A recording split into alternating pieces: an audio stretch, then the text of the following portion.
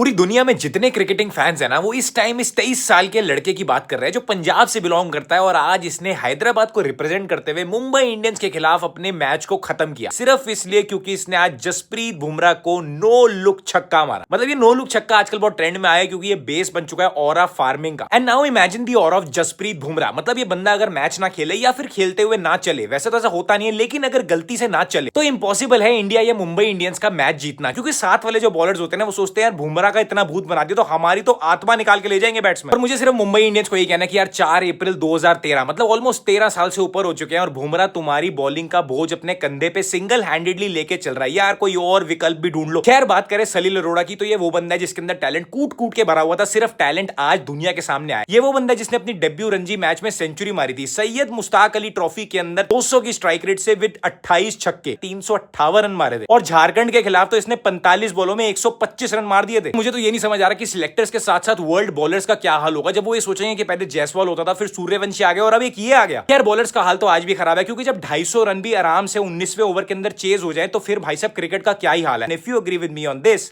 Please drop a like. एक 19 साल के लड़के को जब 1991 में उसके घर से पूछताछ के लिए पुलिस ने उठाया था, तो उसके घर वालों को यह बोला था कि लड़का 2 घंटे में घर आ जाएगा। 2 घंटे छोड़ो, लड़का अगले 2 महीने तक ना तो घर आया और ना ही घर वालों को यह पता था कि लड़का जिंदा भी है या मर गया। आरोप था कि उसने 9 वोल्ट की एक बैटरी खरीदी थी, जिसका इस्तेमाल उस टाइम एक एक्सप्लोसिव डिवाइस में हुआ था, जिससे हमारे पूर्व प्रधानमंत्री श्री राजीव गांधी जी की हत्या हुई थी। उसके बाद उस लड़के पे केस चला और उसको हुई सजाए मौत, और 2014 में सुप्रीम कोर्ट ने उसकी सजा सजाए मौत से कम करके उम्र कैद की कर दी और फाइनली ये लड़का 2022 में रिहा हो गया। इन 31 सालों में फ्रॉम 1991 टू 2022 इस लड़के ने तमिलनाडु ओपन यूनिवर्सिटी से डिप्लोमा कोर्स में गोल्ड मेडल लिया, बीसीए और एमसीए की डिग्रीज करी और उसके साथ साथ 7 डिप्लोमा कोर्सेज भी पूरे किए। और 2022 में रिहा होकर इस लड़के ने बाहर आके एलएलबी की डिग्री ली और आज 54 इयर्स की एज में ये मद्रास हाई कोर्ट में ऑल इंडिया बार एग्जामिनेशंस को पास करके एक वकील की तरह प्रैक्टिस शुरू करने वाला है। और जब इससे पूछा गया कि इतने सालों के बाद फिर से वही लॉ वही कोर्ट के क्यों चक्कर काटने, तो इसने बोला कि जो लोग गलत तरीके से डिटेन किए गए हैं और जो अंडर ट्रायल हैं, जिनको जस्टिस नहीं मिली, मैं उनकी आवाज बनना चाहता हूं। खैर इसमें सबका अपना अपना ओपिनियन है। कई लोग कहते हैं उसे फांसी दे देनी चाहिए थी, कई लोग कहते हैं कि 31 साल भी बहुत है और कई कहते हैं निकलने के बावजूद उसको लॉ प्रैक्टिस करने की इजाजत बिल्कुल नहीं मिलनी चाहिए। मुझे नहीं पता क्या सही है क्या गलत है, बट जो भी मैंने आपको बताया वो सब फैक्ट्स है। और आपको क्या लगता है क्या सही है और क्या गलत है, please comment down below. You know किसी भी इंसान का ड्रीम मोमेंट है ये कि वो जिस स्कूल से पढ़ा है ना, वो सालों बाद उस स्कूल में एज अ सेलिब्रिटी वापस जाए। हालांकि वो स्कूल नहीं है जहां से विराट पढ़े हैं, लेकिन ये वही क्रिकेट एकेडमी का इनॉग्रेशन है जहां से उन्होंने अपनी ट्रेनिंग की शुरुआत की थी। और इस वीडियो की सबसे खास बात थी कि विराट कोहली, वो आदमी जो इंग्लैंड और ऑस्ट्रेलिया के प्लेयर्स से लेके अनगिनत क्राउड तक को आंख में आंख डाल के जवाब देने से लेके गाली देने तक का गूदा रखता हो, वो स्कूल के एक नॉर्मल से फंक्शन के अंदर थोड़ा सा नर्वस लगा। और पीक मोमेंट तो था जब बच्चों ने उनको बोलने नहीं दिया, फॉर ऑब्वियस रीजन। सोचो ना यार, विराट कोहली जिसको तुम टीवी पे देखते हो, सारी जिंदगी आइडलाइज करते हो, वो तुम्हारे सामने हो और कोहली साहब को बोलना पड़ गया कि यार बोलने तो दो, जो याद करके आया हूं स्पीच इतनी मुश्किल से वो भूल जाऊंगा। एंड बेस्ट तो वो था जब उन्होंने सबसे पहले एडमिट कर लिया कि यार मैं नर्वस हूं क्योंकि मुझे स्कूल छोड़े जमाना हो गया। इमेजिन करो, विराट कोहली वो बच्चा था अपनी क्लास का जिसके मैथ्स में 100 में से 3 नंबर आते थे, 3 नंबर, और ये उन्होंने खुद एक इंटरव्यू में रिवील किया। तो उस बच्चे के लिए स्कूल वापस जाना, वो अलग बात है कि पढ़ाई के लिए नहीं जाना, एज ए सेलिब्रिटी जाना, लेकिन उसी स्कूल वापस जाना कितना अजीब होगा। In short, one more reason to love Virat Kohli कि यार वो है तो ग्राउंड लेवल पे एक आम इंसान की तरह, living the dream many people in this world dream of. If you agree with me on this,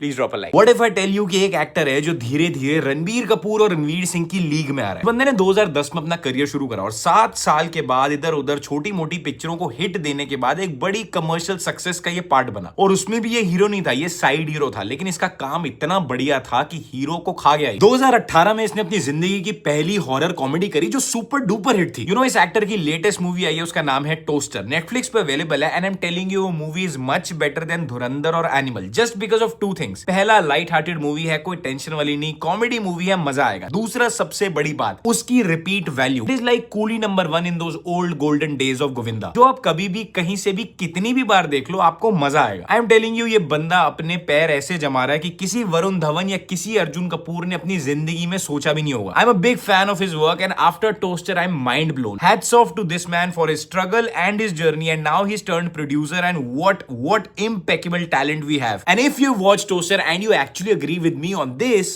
please drop a like.